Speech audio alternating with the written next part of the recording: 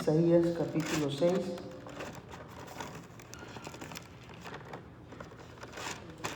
Creo que casi todos conocemos esta profecía, ¿verdad?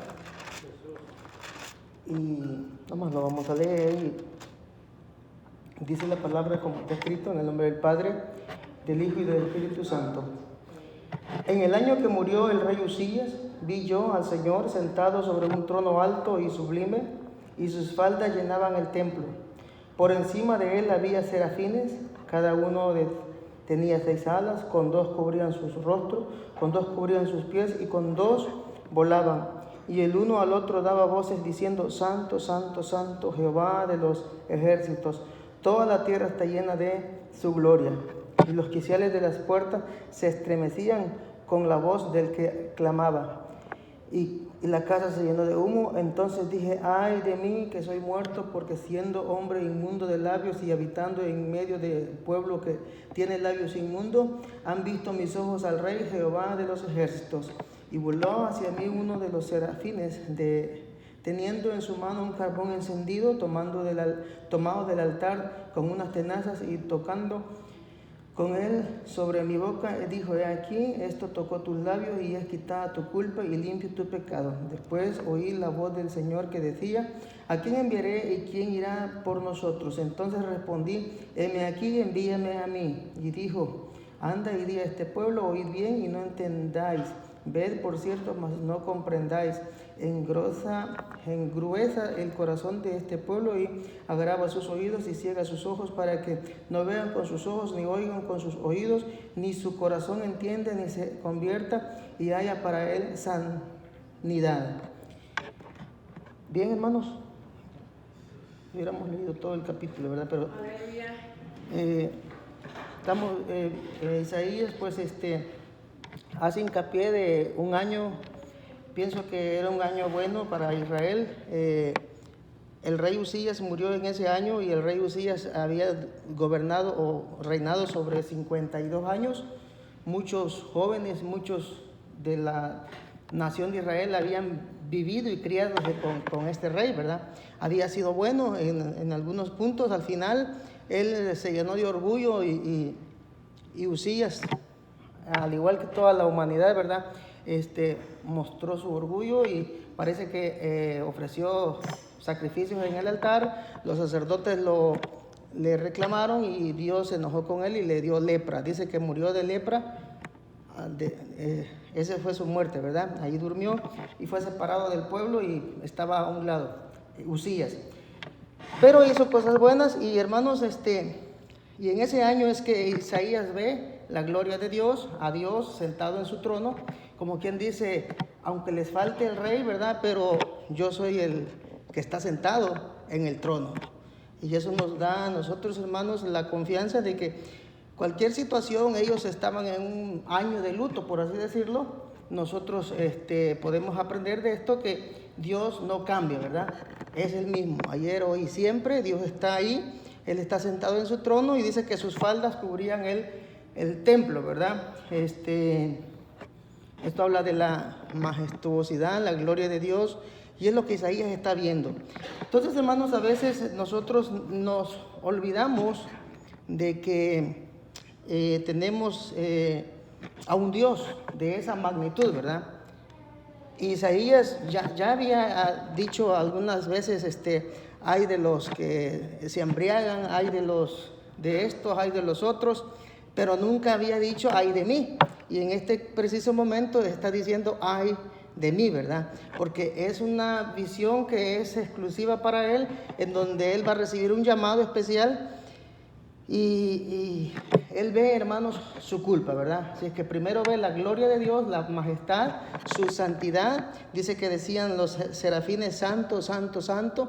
La palabra santo puede connotar, hermanos, puro, y también apartado. En este caso se ocupa para apartado, ¿verdad? Lo que está diciendo que Dios es sublimemente diferente a cualquier cosa creada. Es altísimo, es soberano, es inexplicable, ¿verdad? Lo que Dios dice que es diferente. Entonces Dios, nuestro Dios, es eso, ¿verdad? es diferente a todos los demás. Él es sobre todo, y nuestra mente no alcanza a comprender lo que Dios es, cómo es Dios, ¿verdad? Y Isaías eso es lo que está viendo, la gloria de Dios, cómo los serafines se tapan sus rostros y empiezan a decir, ¿verdad?, cómo es Dios, lo santo, lo excelso, lo grande que Él es. Entonces, hermanos, Isaías está viendo la gloria, de repente se ve a sí mismo y dice, ay de mí. Así es que hay una culpa en Isaías, ve su condición humana y dice, realmente yo estoy frito, ¿verdad? No tengo nada que hacer aquí, tengo enfrente a un Dios santo, y cómo es posible que yo esté aquí, ya soy hombre muerto. Entonces el hombre Isaías se examina a sí mismo y dice, ay de mí, que hay, versículo 5, que soy muerto, porque siendo hombre inmundo de labios y habitando en medio de un pueblo que tiene labios inmundos, han visto mis ojos al Rey Jehová de los ejércitos. Se da cuenta que Isaías se vio a sí mismo, ¿verdad? Como cuando aquel publicano entró, ¿verdad?, con el fariseo, ¿quién era el fariseo? Con el publicano, ¿verdad? El fariseo pues dijo, mira, Señor, no soy ni como este publicano y estoy aquí, ¿verdad? Y bueno, empezó a orar altivamente, no reconociendo su condición de hombre, de su humana condición, ¿verdad? Y el publicano dijo, se vio a sí mismo y dijo, ya no soy ni digno de levantar la cabeza ante tu majestad, ¿verdad? Entonces, es necesario, hermanos, que todos los cristianos, todos nosotros, tengamos esta experiencia, no necesariamente la experiencia que tuvo Isaías. Isaías tuvo una gran experiencia y esa es para él y a él le motivó, ¿verdad? Entonces, pero nosotros, hermanos, al igual que Isaías, tenemos una súper mayor experiencia, ¿verdad? Ya que Isaías, todo esto era como una visión, ¿verdad? Entonces era un poquito de su gloria, de la gloria de Dios, lo que le estaba mostrando, y era una visión que le estaba viendo, y dice que en el versículo 6 dice, voló hacia mí uno de los serafines teniendo en su mano un carbón encendido tomado del altar con unas tenazas. Esto quiere decir que el altar acababa de ser utilizado, ¿verdad? Estaba encendido el carbón y había habido un sacrificio. Entonces, allá en Juan 12, vamos a llevarlo así rapidito, Juan 12 dice, Jesús, versículo, aquí está, Juan 12, 37, el 36 empieza acá. Estas cosas habló Jesús, mitad del 36. Estas cosas habló Jesús y se fue y se ocultó de ellos. Versículo 37. Pero a pesar de que había hecho tantas señales delante de ellos, no creían en él. Para que se cumpliese la palabra del profeta Isaías que dijo, Señor, ¿quién ha creído nuestro anuncio y quién se ha revelado y a quién se ha revelado el brazo del Señor? Por esto no podían creer, porque también dijo Isaías, cegó los ojos de ellos y endureció su corazón para que no vean con los ojos y entiendan con el corazón y conviertan y yo los sane. Isaías dijo esto cuando vio su gloria y habló acerca de él. ¿Cuándo dijo esto Isaías? Cuando estaba sucediendo esta visión, ¿verdad? Siglos antes, años antes, muchos años antes. Entonces Isaías está viendo la gloria de Dios y lo que realmente está viendo es a Jesús, ¿verdad? A Dios. Dice, Isaías dijo esto cuando vio su gloria y habló acerca de él. Con todo esto, aún de los gobernantes, muchos creyeron en él. Lo que está diciendo es que no creían en él, ¿verdad? A pesar, Israel tampoco creyó en el mensaje que Isaías dio, que era duro. Entonces, hermanos, pero nosotros tenemos la gran bendición que hemos creído en Cristo, ¿verdad? ¿O no? Es una experiencia que nosotros pasamos. Entonces, todo cristiano que se llame cristiano hoy en día debe de tener esa experiencia, la experiencia de ver la majestuosidad de Dios, ver la gloria de Dios, ¿verdad? Y ver nuestra condición humana, que nosotros no tenemos salvación por ningún medio, a no ser que sea por el Creador de los cielos, ¿verdad? Nosotros no podemos hacer nada por nosotros para salvarnos nosotros mismos. No podemos, hermanos, decir, yo soy bueno y suficiente con esto. Hermanos, no, cuando nosotros tenemos la experiencia y nos rendimos a Él y decimos, Señor, realmente no podemos salvarnos a nosotros mismos, no puedo hacer nada sin ti, entonces nos estamos rendiendo, pero eso es cuando creemos por la fe, ¿verdad? Entonces nos rendimos a Él y decimos, hazlo tú por mí, porque nuestra humana condición no puede, ¿verdad? Entonces es diferente, hermanos. Hoy en día mucha gente, ¿verdad?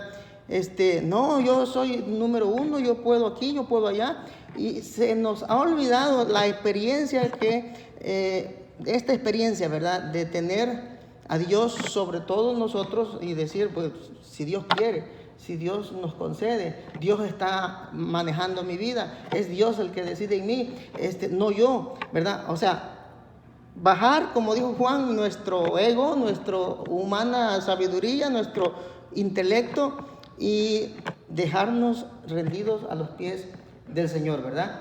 Entonces, si usted se fija hoy en día, pues muchos no tienen la experiencia, y ahí es donde decimos nosotros, ¿verdad? Quizás no son cristianos, ¿verdad?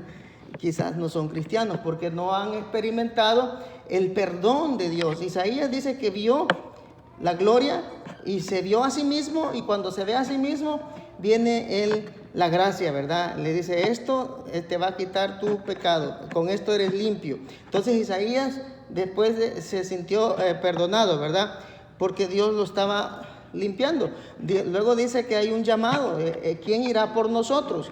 Entonces, ¿qué hubiera pasado si primero le hace el llamado Dios a Isaías y le dice, Isaías, ¿quién irá por nosotros? Isaías hubiera dicho, pues yo puedo ir, ¿verdad? Yo puedo ir, yo las puedo, yo creo que tengo léxico, yo creo que soy el más indicado para ir. Pudo haber sido así. Sucede, hermanos, que a veces se sienten llamados sin la experiencia de haber reconocido al Señor como superior o como nuestro dueño, ¿verdad? Y entonces, y ellos creen que pueden ir. Y eso hubiera pasado si Isaías no hubiera visto la gloria de Dios. Necesitamos ver la gloria de Dios para, hermanos, experimentar entonces en nosotros que nosotros necesitamos el perdón de Dios, ¿verdad? Entonces, ¿qué hubiera pasado si el llamado hubiera venido después y antes del perdón? Entonces nosotros hubiéramos dicho, yo no puedo ir, ¿verdad? Yo no puedo ir, soy pecador, no puedo ir, no puedo hacer nada, no puedo. Si no hubiéramos experimentado el perdón. Entonces el llamado viene después de la visión, después de la gloria de Dios, y después del perdón viene el llamado. Entonces cuando ya sucede eso, hermanos, cuando el llamado ya está, no le cuesta nada a Dios, ¿verdad? Torcernos nuestra voluntad y decir, ¿quién va a ir por nosotros? ¿Qué dijo Isaías? Rápido, heme aquí, Señor, envíame a mí, ¿verdad? Entonces, si no le dijo, lo lógico hubiera sido, Señor, ¿a ir a dónde y hacer qué? Isaías hubiera preguntado eso, ¿verdad? ¿A dónde quieres que vaya y hacer qué? No, Isaías dijo, heme aquí, envíame a mí. Después le dijo, lo que vas a decir es duro, ¿verdad? No te van a oír, tu mensaje va a endurecer el corazón de ellos. Entonces, Isaías sufrió bastante por el mensaje que dio, ¿verdad? Y sucede, hermanos, que cuando no vemos nosotros la gloria de Dios, cuando no vemos nosotros lo que Dios ha hecho en nosotros, entonces hacemos como aquel hombre que invitó al Señor, ¿verdad? A su casa, el Simón, ¿verdad? Lo invitó y entró una mujer ahí y derramó su frasco de alabastro y empezó a besarle sus cabellos, sus pies, todo, ¿verdad? Sí, no, sus pies, y jugarlo con sus cabellos. Entonces dijo Simón, algo molesto, ¿verdad? Si él fuera profeta, pero en sí mismo dijo eso, no es que si él fuera profeta diría que es una pecadora, ¿verdad? Entonces el Señor le pone una parábola, le dice, Simón, hay un jefe, ¿verdad? Un hombre que tenía 2 deudores, ¿verdad? Uno le debía 500 denarios, el otro 50 denarios, y entonces, ¿a quién crees o quién estaría más agradecido? Entonces él le dijo, lógicamente, contestó humanamente, ¿verdad? Lógicamente le debía más. Eso no quiere decir, hermanos, que yo, si no experimenté pecados horribles, yo le debo menos al Señor, ¿verdad? No, porque entonces el Salmo 1 se contradeciría. Dice: bienaventurado el varón que no anduvo en consejos de malos, ¿verdad? Entonces, los buenos, que son buenos en su humana, ¿verdad? También necesitan el perdón. Lo que el Señor le está enseñando a Simón es que los dos le debían al hombre, ¿verdad? Los dos le debían, era una deuda que tenían. Los dos le debían y no podían pagar, dice. Ellos no podían pagarle, entonces el Señor, el hombre les perdona la deuda a los dos.